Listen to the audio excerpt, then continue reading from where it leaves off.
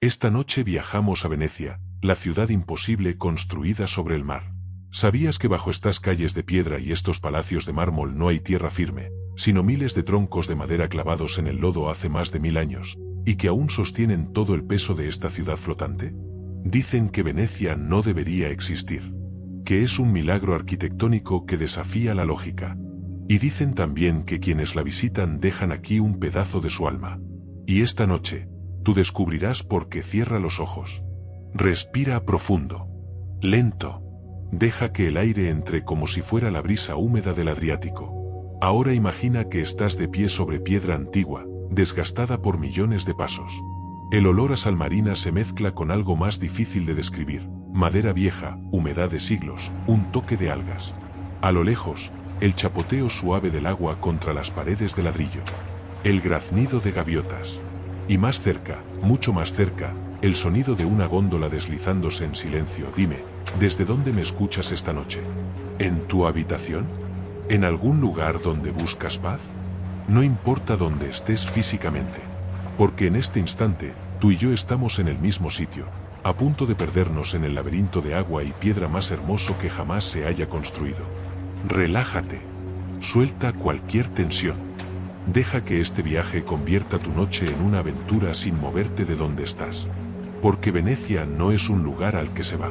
Es un lugar al que se regresa, incluso si nunca has estado. Venecia no tiene sentido. Esa es la verdad. Ningún ingeniero moderno aprobaría construir una ciudad aquí. Sobre una laguna. Sobre barro. Sobre agua salada que corroe todo lo que toca. Y sin embargo, aquí está, suspendida entre el mar y el cielo desde hace más de 1500 años. Desafiando mareas, guerras, plagas, inundaciones. Permaneciendo. Como si la voluntad humana fuera suficiente para vencer a la naturaleza. Estamos llegando por agua. Es la única manera correcta de llegar a Venecia. Porque Venecia nació del agua y al agua volverá algún día, según cuentan las leyendas. El Vaporetto avanza lentamente por el Gran Canal. Es temprano en la mañana. La niebla aún no se ha levantado del todo. Y a través de esa cortina gris azulada, empiezas a ver siluetas, palacios.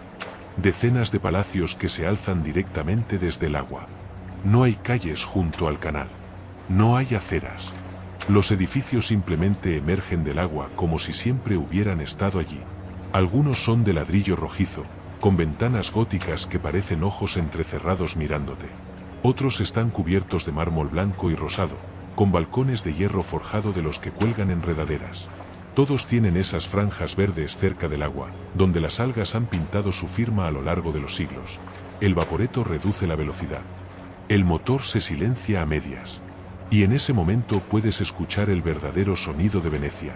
El agua, lamiendo, susurrando, meciendo. Un murmullo constante que nunca cesa. Como si la ciudad respirara con un ritmo propio, antiguo, hipnótico. Pero mira más allá de los palacios.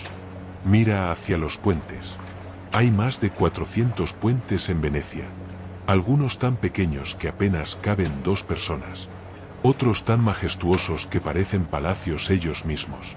Y todos conectan algo que no debería estar conectado. Islas. Porque eso es Venecia en realidad. 118 islas pequeñísimas unidas por voluntad humana. Por piedra. Por fe. ¿Sabes cómo se llama Venecia en italiano? La Serenísima. La más serena. Y es irónico, porque su historia no tiene nada de serena. Fue una potencia militar.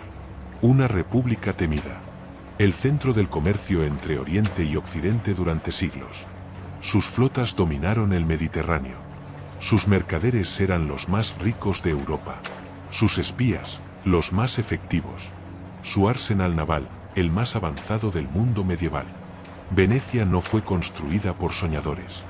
Fue construida por estrategas que entendieron que el agua podía ser la muralla más fuerte que existe. Pero aquí estamos ahora. En una Venecia diferente. Una ciudad que ya no conquista imperios, sino corazones. Que ya no construye barcos de guerra, sino sueños. Una ciudad que aprendió a ser museo de sí misma sin dejar de estar viva.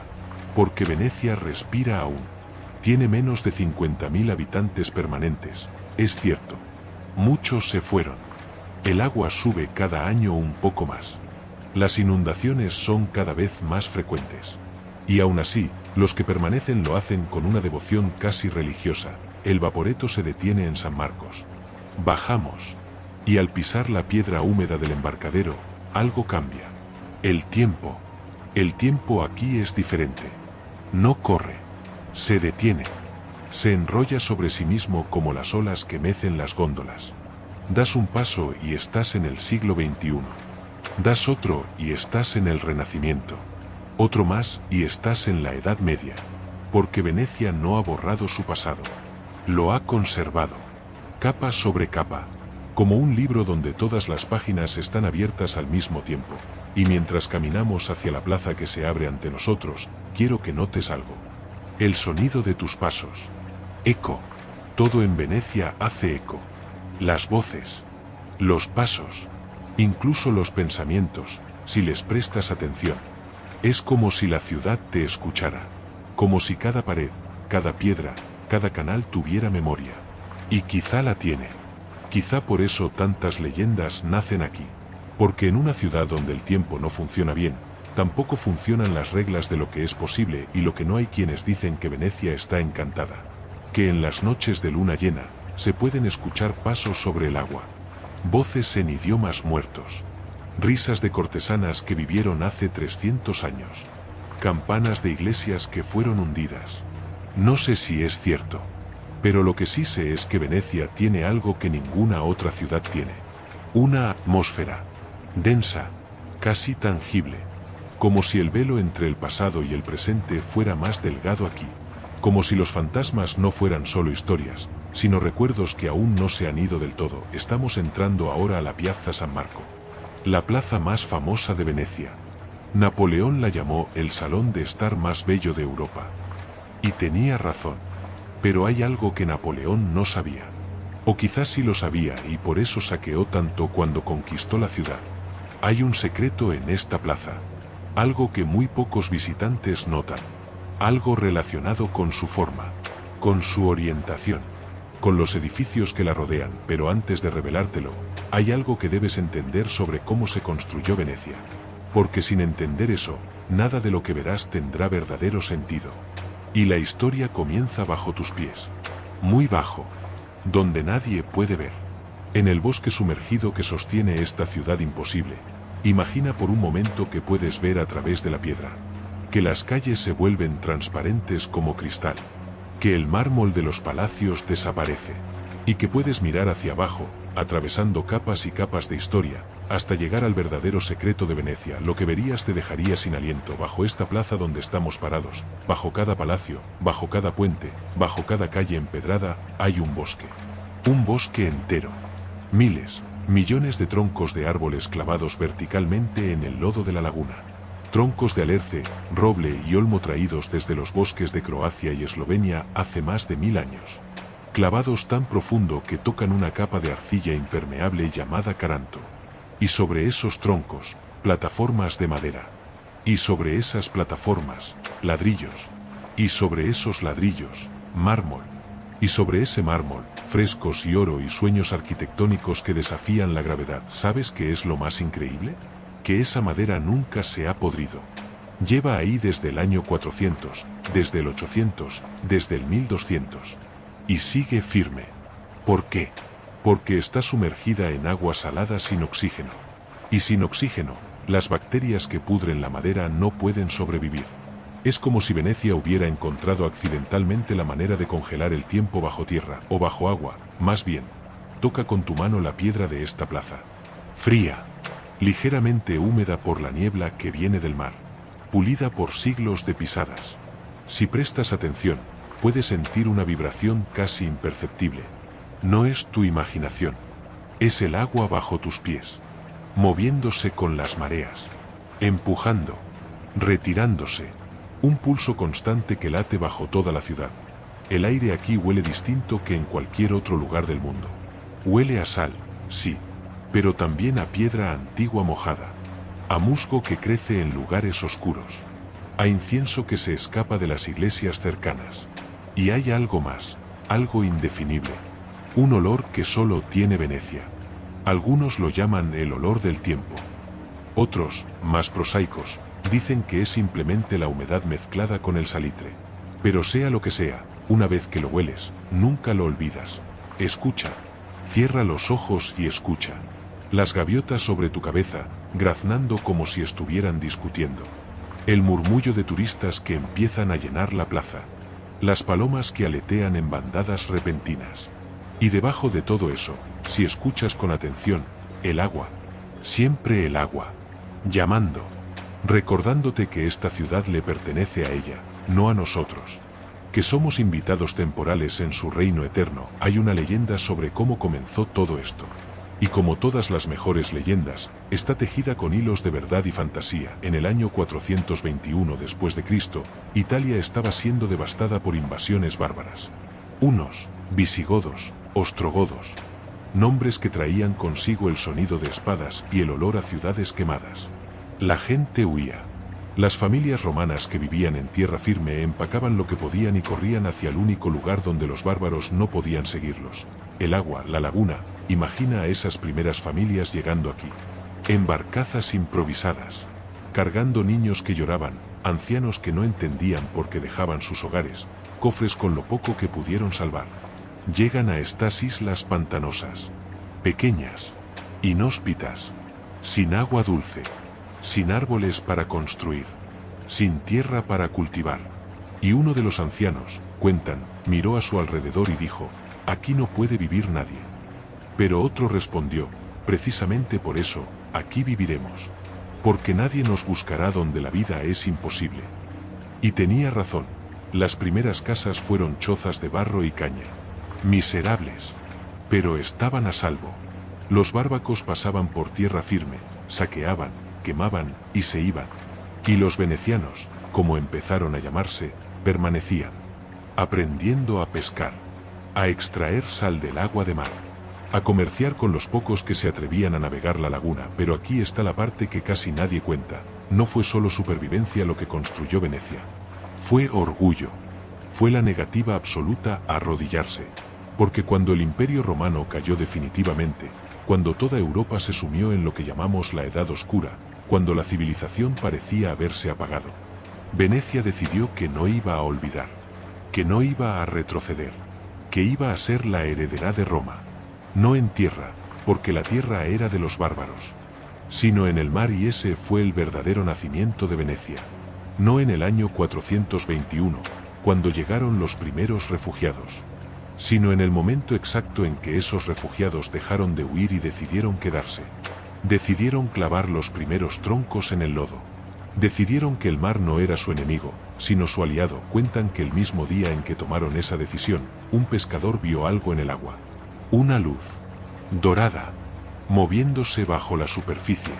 La siguió, y lo que encontró fue una estatua de San Marcos, el evangelista. O eso decía la leyenda. Lo más probable es que no encontrara nada. Pero no importa, porque Venecia necesitaba un signo. Y ese signo se convirtió en su santo patrón. En su símbolo. El león alado de San Marcos que verás por toda la ciudad. Quedémonos aquí un momento. En esta plaza. Sintiendo bajo nuestros pies todo ese peso de historia. Todo ese bosque sumergido. Todos esos sueños de supervivencia convertidos en palacios de mármol. No hay prisa. Venecia enseña eso ante todo. Que no hay prisa. Que el tiempo aquí es diferente. Que puedes quedarte quieto y dejar que la ciudad se revele a su propio ritmo. Ahora mira hacia tu derecha. Hacia ese edificio inmenso con arcadas que rodea 3 lados de la plaza. Ese es el Palacio Ducal. La residencia del Dux, el gobernante de la República de Venecia durante 1000 años. Desde afuera parece un pastel de merengue. Rosa y blanco, casi delicado, casi femenino, pero hay algo que no se ve desde aquí. Algo que está en su interior. Una habitación, pequeña, oscura, sin ventanas, donde se decidían destinos, donde se escribían nombres, donde las leyendas más oscuras de Venecia nacieron, y hacia allí vamos ahora. Pero ten cuidado, porque en Venecia no todo lo hermoso es inocente. Y no todo lo que brilla es oro. A veces, es solo el reflejo del agua. Engañoso, fascinante, peligroso. Cruzamos ahora la plaza hacia el Palacio Ducal. Cada paso resuena diferente aquí. Más hueco. Como si bajo la piedra hubiera espacios vacíos esperando. Y los hay. Venecia está llena de espacios ocultos. Pasadizos secretos. Cámaras olvidadas. Cisternas antiguas que ya no se usan pero que siguen ahí. Bajo tierra, llenas de agua negra y silencio, el palacio se alza ante nosotros. Visto de cerca, es aún más extraño. Está construido al revés. Literalmente. En la arquitectura normal, la parte pesada va abajo y la ligera arriba. Pero aquí no. Aquí la planta baja es una columnata abierta, delgada, casi frágil. Y encima, 2 pisos de mármol macizo. Rosa de Verona. Blanco de Istria. Formando un patrón de rombos que parece un tablero de ajedrez puesto de lado. No debería sostenerse. Cualquier ingeniero te diría que es imposible. Que el peso de arriba debería aplastar las columnas de abajo. Pero llevan ahí desde el año 1340. Más de 600 años. Riéndose de la gravedad. Riéndose de la lógica. Porque Venecia nunca ha seguido las reglas de nadie. Entramos por la Porta della Carta, la puerta del papel. Se llama así porque aquí los escribanos públicos instalaban sus mesas para redactar documentos oficiales. Pero hay quien dice que el nombre viene de otra cosa. De los cartelli. Las denuncias anónimas que los venecianos podían depositar en una boca de león tallada en la pared. Denuncias contra traidores. Contra espías. Contra cualquiera que amenazara a la Serenísima. Esas bocas de león todavía están ahí. Mudas. Con sus fauces abiertas eternamente. Como si aún esperaran secretos. Pasamos al patio interior. Y aquí el mundo se transforma. Afuera está la plaza pública, luminosa, llena de vida. Aquí dentro, el patio es un cuadrado perfecto de sombras y arcos. En el centro, 2 pozos de bronce verdoso. No son decorativos. Durante siglos fueron la única fuente de agua dulce del palacio. Cada gota de lluvia era preciosa en una ciudad rodeada de agua que no puedes beber. Mira hacia arriba. La Scala dei Giganti. La escalera de los gigantes. 2 estatuas colosales de Marte y Neptuno flanquean los escalones de mármol blanco. El dios de la guerra y el dios del mar. Los 2 poderes de Venecia resumidos en piedra. Porque Venecia fue eso, guerra y mar. Conquista y comercio. Espada y moneda. En lo alto de esa escalera, cada nuevo dux era coronado. Públicamente. Con la ciudad entera mirando desde abajo. El nuevo gobernante se arrodillaba y le colocaban el corno ducal, esa gorra extraña con forma de cuerno que solo los dux podían usar. Y en ese momento, pasaba de ser un hombre a ser la república misma. Su vida ya no le pertenecía. Pertenecía a Venecia y si traicionaba esa confianza, bueno, ya llegaremos a eso. Subimos la escalera. El mármol bajo tus pies está gastado en el centro de cada escalón. Millones de pasos durante siglos han creado una pequeña depresión. Es como caminar sobre la huella del tiempo mismo. Toca la barandilla. Fría. Lisa. Con ese tacto particular del mármol pulido que casi parece cálido después de un momento. El aire dentro del palacio es diferente. Más fresco. Huele a piedra antigua y a madera vieja. A barniz de siglos y a terciopelo que se desintegra lentamente. Hay un silencio aquí que no es realmente silencio. Es la ausencia de sonidos modernos. No hay tráfico. No hay motores. Solo pasos ocasionales. Murmullos. El crujido de una tabla de madera bajo una alfombra. El susurro del viento que entra por ventanas que nunca cierran del todo. Llegamos a la sala del Magie Consiglio. La sala del Gran Consejo. Y tienes que detenerte. Tienes que tomarte un momento. Porque esto no es solo una sala. Es el salón más grande de Europa que no tiene columnas en su interior. 75 metros de largo. 12 de ancho. Y el techo flota sobre ti sostenido solo por las paredes. Una bóveda imposible decorada con frescos dorados que representan el triunfo de Venecia. Las paredes están cubiertas de pinturas. Enormes. Tintoretto. Veronese. Los maestros. Cada cuadro cuenta una victoria veneciana. Cada escena muestra la gloria de la Serenísima. Es propaganda, por supuesto. Pero es propaganda tan hermosa que se convierte en arte. Y quizá ese era el punto. Que incluso la manipulación, si es lo suficientemente bella, se transforma en verdad, pero hay un retrato que falta. Si miras con atención la serie de retratos de los dukes que rodea la parte superior de la sala, verás que uno está cubierto por un velo negro. Un rectángulo oscuro entre rostros pintados con honores. Y debajo, una inscripción en latín, Hic est locus Marini Faletri, decapitati pro criminibus tuo. Aquí está el lugar de Marino Faliero, decapitado por sus crímenes, era el año 1355. Marino Faliero era un hombre viejo cuando lo eligieron dux. Tenía más de 70 años. Había sido almirante, embajador, héroe de guerra. Y estaba orgulloso. Demasiado orgulloso. Porque Venecia no quería dux orgullosos. Quería dux obedientes. Títeres del consejo. Figuras decorativas que firmaban lo que se les ordenaba firmar, pero Faliero no era así. Quería poder real. Quería que el dux fuera más que un símbolo. Quería ser príncipe. Rey. No un empleado elegante de la República, y aquí es donde la historia se vuelve turbia. Algunos dicen que conspiró para dar un golpe de estado. Que planeó asesinar a los nobles del consejo y convertirse en señor absoluto de Venecia. Otros dicen que fue una trampa. Que los nobles inventaron la conspiración porque Faliero se estaba volviendo demasiado popular. Demasiado peligroso. La verdad probablemente está en algún punto intermedio. Pero no importa. Porque lo que sucedió después es lo que cuenta. Lo arrestaron en este mismo palacio. Lo juzgaron en secreto, en una habitación sin ventanas. Y lo condenaron a muerte. No en público, como a los criminales comunes. Sino aquí, en privado. En la Scala dei Giganti donde había sido coronado. Como si Venecia dijera, donde te dimos el poder, te lo quitamos, lo decapitaron al amanecer. Cuenta la leyenda que cuando cayó su cabeza, rodó escaleras abajo y se detuvo justo frente a las estatuas de Marte y Neptuno. Y que su sangre tiñó el mármol blanco de rojo. Y que por más que fregaban, la mancha no salía, no sé si es cierto. El mármol que ves ahora es nuevo, reemplazado hace siglos. Pero la historia permanece. Y el retrato cubierto permanece. Como advertencia.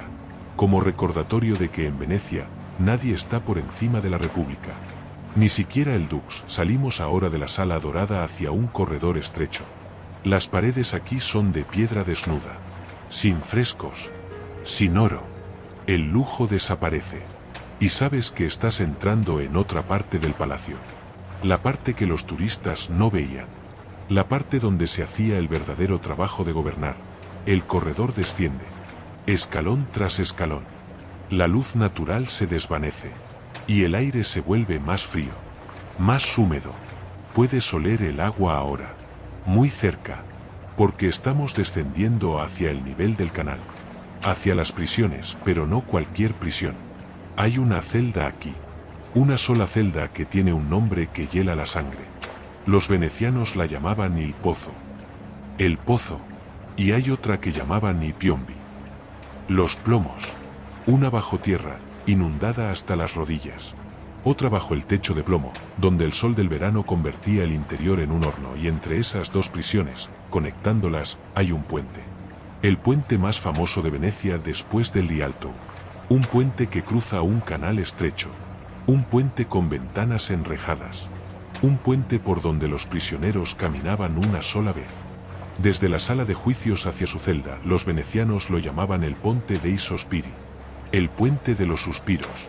Porque dicen que los condenados, al cruzarlo, soltaban un último suspiro al ver el cielo y el agua por última vez antes de desaparecer en la oscuridad. Y ahora vamos a cruzarlo nosotros. Aquí estamos. Frente al Ponte dei Sospiri. Desde fuera parece hermoso. Romántico e incluso.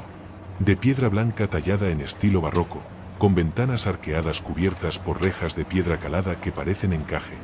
Los turistas lo fotografían desde el puente vecino. Las parejas se besan en góndolas que pasan bajo él, porque existe una leyenda moderna que dice que si te besas bajo el puente de los suspiros al atardecer, tu amor será eterno. ¡Qué ironía! Convertir el último camino de los condenados en un símbolo de amor eterno, pero nosotros no estamos afuera mirándolo. Estamos dentro. Cruzándolo. Y desde aquí, la historia es completamente diferente. El corredor es estrecho.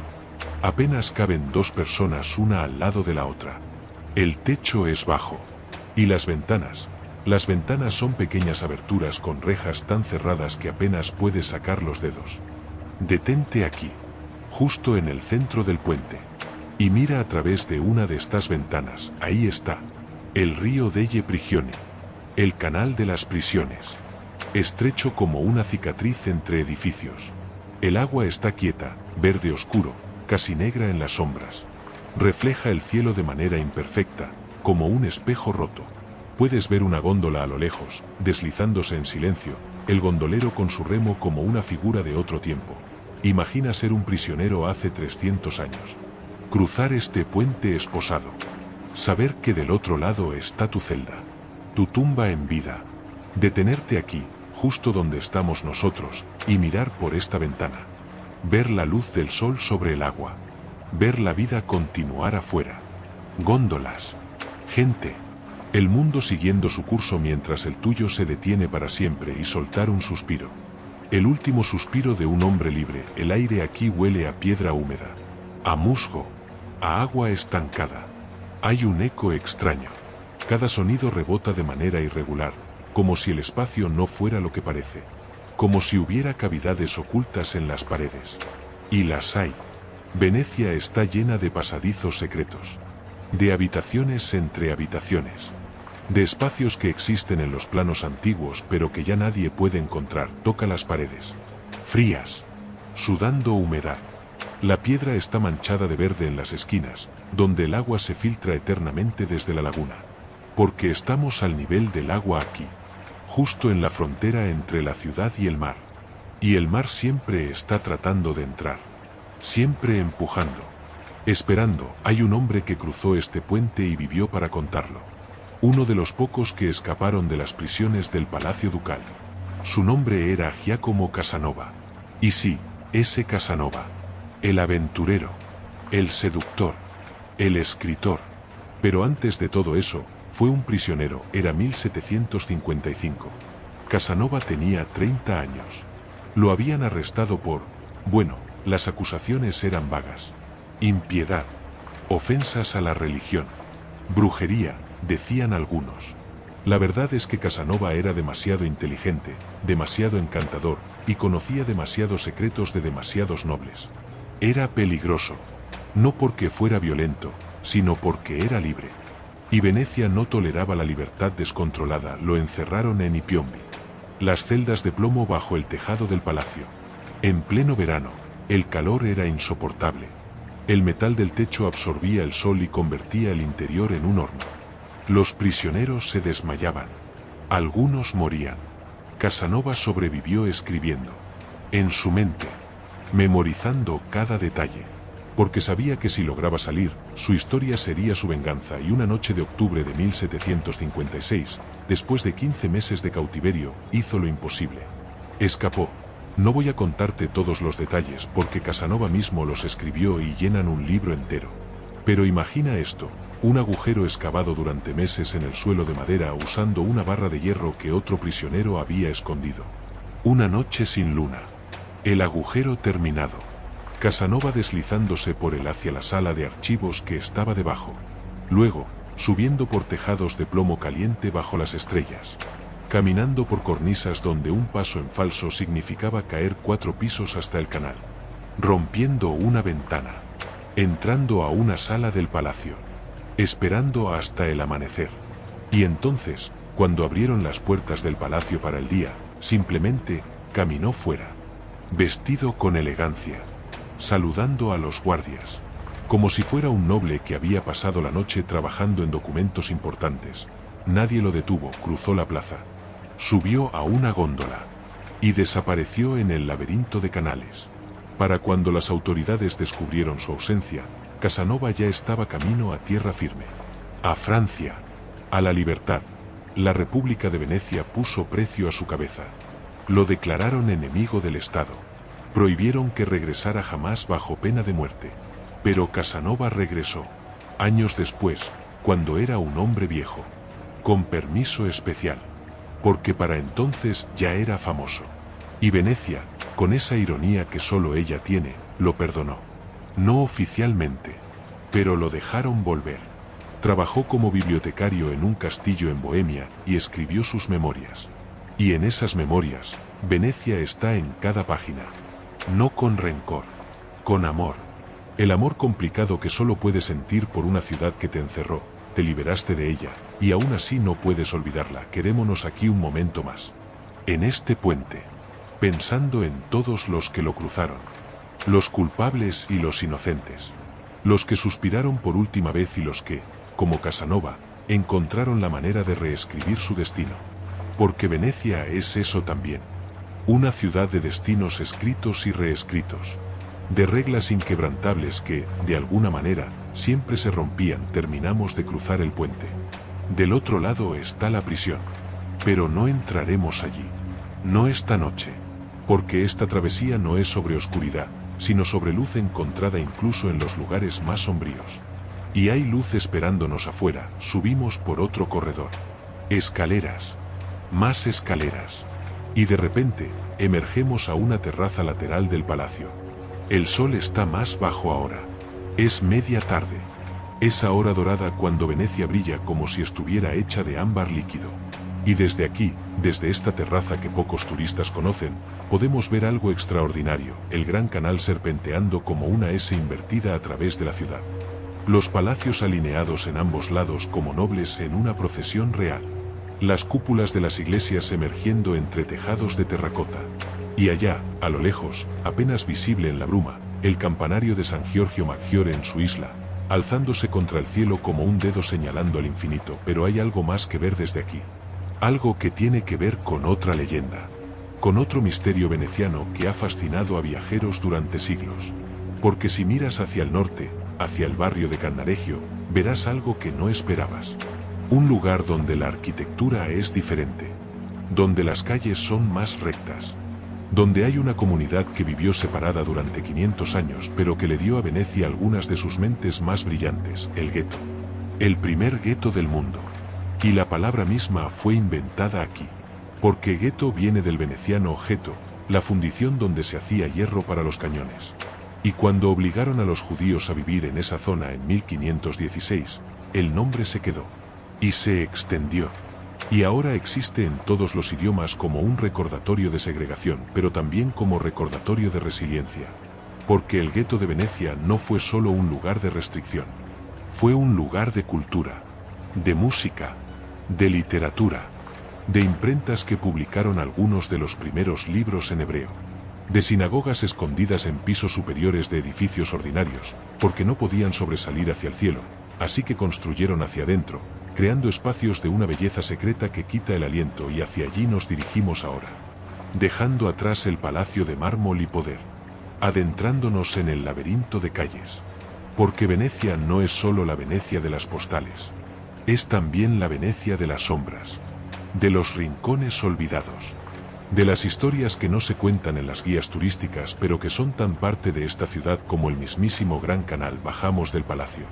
Caminamos ahora por calles que se estrechan, que se tuercen sobre sí mismas como intestinos de piedra. En Venecia no hay calles rectas, no hay lógica urbana, porque esta ciudad no fue planificada, fue improvisada. Isla por isla, puente por puente, como un organismo vivo que creció respondiendo a necesidades inmediatas, no a planes maestros. Nos detenemos en un puente pequeño, uno que cruza un canal secundario donde apenas cabe una góndola. La luz se está yendo ahora. El azul del cielo se profundiza hacia púrpura. Las primeras estrellas aparecen.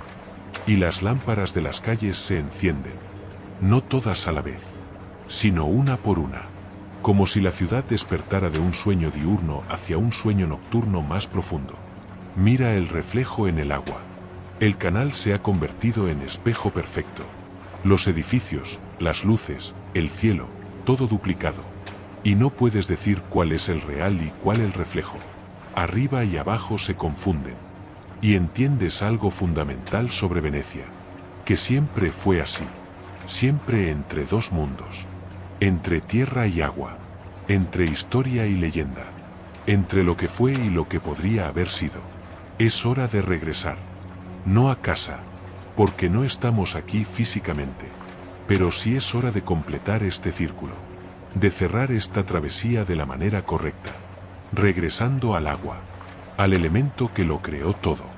Caminamos hacia el sur ahora, siguiendo el instinto más que el conocimiento, porque a estas alturas, después de perdernos tantas veces, hemos aprendido a confiar, a dejar que Venecia nos lleve, y nos lleva hacia la laguna, hacia el borde de la ciudad, donde Venecia termina y el mar comienza, o donde el mar termina y Venecia comienza. Es lo mismo, siempre lo fue.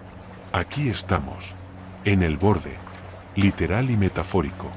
Hemos llegado a la fondamenta delle Zatere, un paseo largo de piedra que mira hacia el sur, hacia la Giudecca, hacia el mar abierto, hacia el infinito. El cielo es ahora de un azul profundo que se desvanece hacia negro en el este. Las primeras constelaciones están completamente visibles. Y la luna, mira la luna, casi llena, plateada, alzándose sobre la laguna como si emergiera del agua misma. Y el agua aquí es diferente que en los canales. Más abierta, más salvaje. Puedes ver las olas pequeñas moviéndose hacia la orilla. Rítmicas, eternas. El mismo movimiento que ha estado meciendo esta ciudad desde su nacimiento.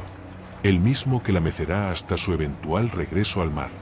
Porque ese es el secreto que Venecia conoce y que nosotros a veces olvidamos. Que nada es permanente. Que todo lo que construimos eventualmente vuelve a la tierra. O al agua. Que la belleza es más preciosa precisamente porque es frágil. Que las ciudades, como las vidas, son promesas temporales que hacemos contra la eternidad. Siéntate aquí conmigo, en este banco de piedra frente al agua. Siente la piedra fría bajo ti. Siente el viento en tu rostro. Más fuerte aquí, sin edificios que lo detengan. Viene directamente del Adriático. Trae historias de todas las costas que toca. De Croacia, de Grecia, de tierras más lejanas aún. Cierra los ojos, solo por un momento, y escucha la sinfonía de Venecia en su registro más puro. El agua contra la orilla, el crujido de un bote amarrado meciendo con las olas, el grito lejano de una gaviota nocturna, el campanario de San Giorgio tocando las horas. 8 campanadas, profundas, resonando sobre el agua como habían resonado durante siglos. Huele el aire, sal pura ahora, sin mezcla, el olor del mar en su esencia. Y debajo, apenas perceptible, ese olor a algas y lodo y vida antigua que es el olor de la laguna. El olor de donde todo comenzó. Abre los ojos y mira las luces de la ciudad detrás de ti, cálidas, doradas, reflejándose en el agua como joyas esparcidas. Y adelante, la oscuridad de la laguna abierta, salpicada aquí y allá por las luces de barcas pesqueras. Y más allá, mucho más allá, casi invisible, la línea donde el agua y el cielo se encuentran, o donde dejan de encontrarse, donde todo se convierte en la misma oscuridad azul infinita. ¿Sabes qué es lo más extraordinario de Venecia? No es su arquitectura, aunque sea imposible. No son sus obras de arte, aunque sean inigualables. No son ni siquiera sus leyendas, aunque sean fascinantes. Es esto, que sigue existiendo, contra toda lógica, contra todas las predicciones, a pesar del agua alta que cada año sube un poco más, a pesar de la erosión, a pesar de que los expertos llevan siglos diciendo que Venecia se hundirá, que desaparecerá, que no puede seguir. Y sin embargo, sigue, porque Venecia es más que piedra y madera y agua. Es voluntad. Es la manifestación física de la negativa humana a aceptar lo imposible. Es la prueba de que si quieres algo con suficiente intensidad, si lo amas con suficiente devoción, puedes clavar estacas en el lodo y construir sueños que duren 1000 años. Y esa lección, esa verdad fundamental, es lo que llevas contigo cuando dejas Venecia. No las fotos, no los recuerdos de plazas y palacios, sino esto, que lo imposible es solo imposible hasta que alguien lo hace posible. Que las promesas más hermosas son las que se hacen contra toda esperanza. Que el amor a algo, ya sea una persona, un sueño o una ciudad que no debería existir, puede literalmente mover montañas. O en el caso de Venecia, puede hacer que florezcan sobre el mar. Nos quedamos aquí un poco más. Sin prisa. Porque después de todo este viaje, hemos aprendido algo que Venecia enseña a todos los que prestan atención, que el destino no importa tanto como el camino. Que perderse es a veces la única manera de encontrarte. Que el tiempo no es una línea recta, sino un laberinto de momentos interconectados. Que el pasado nunca está realmente pasado. Que el futuro ya está aquí, en forma de estas olas que seguirán llegando mucho después de que nos hayamos ido. La luna está alta ahora, completa, convirtiendo el agua en plata líquida. Y si miras con suficiente atención, puedes ver algo moviéndose en esa plata. No es la Dama Blanca, no es el Golem, no es ninguna leyenda en particular. Es Venecia misma, reflejada, duplicada, existiendo en dos lugares a la vez. Aquí y en el espejo del agua, real e imposible, historia y sueño, presente y eterno. Es hora de que regreses a tu habitación, a tu cama, a tu realidad. Pero una parte de ti se queda aquí, en esta ciudad de agua y luz, porque así funciona Venecia. No la visitas, te visita ella. Se instala en algún rincón de tu alma y nunca se va completamente. Y en noches tranquilas, cuando cierres los ojos, podrás escucharla. El chapoteo del agua, el eco de pasos en piedra antigua, el susurro de una ciudad que no debería existir pero que existe de todas formas. Esperándote, siempre esperándote, para cuando estés listo para regresar. Porque todos regresan a Venecia, incluso si nunca han estado.